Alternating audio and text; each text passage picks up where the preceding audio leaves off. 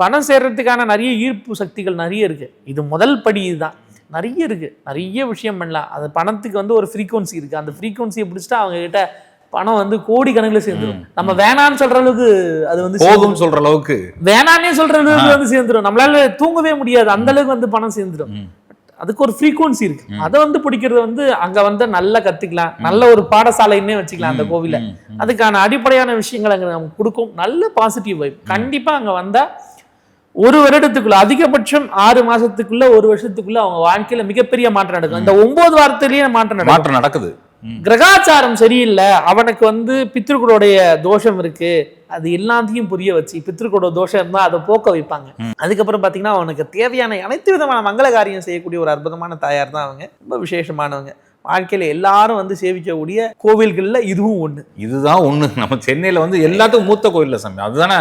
கோவிலுக்கெல்லாம் ராஜா அது.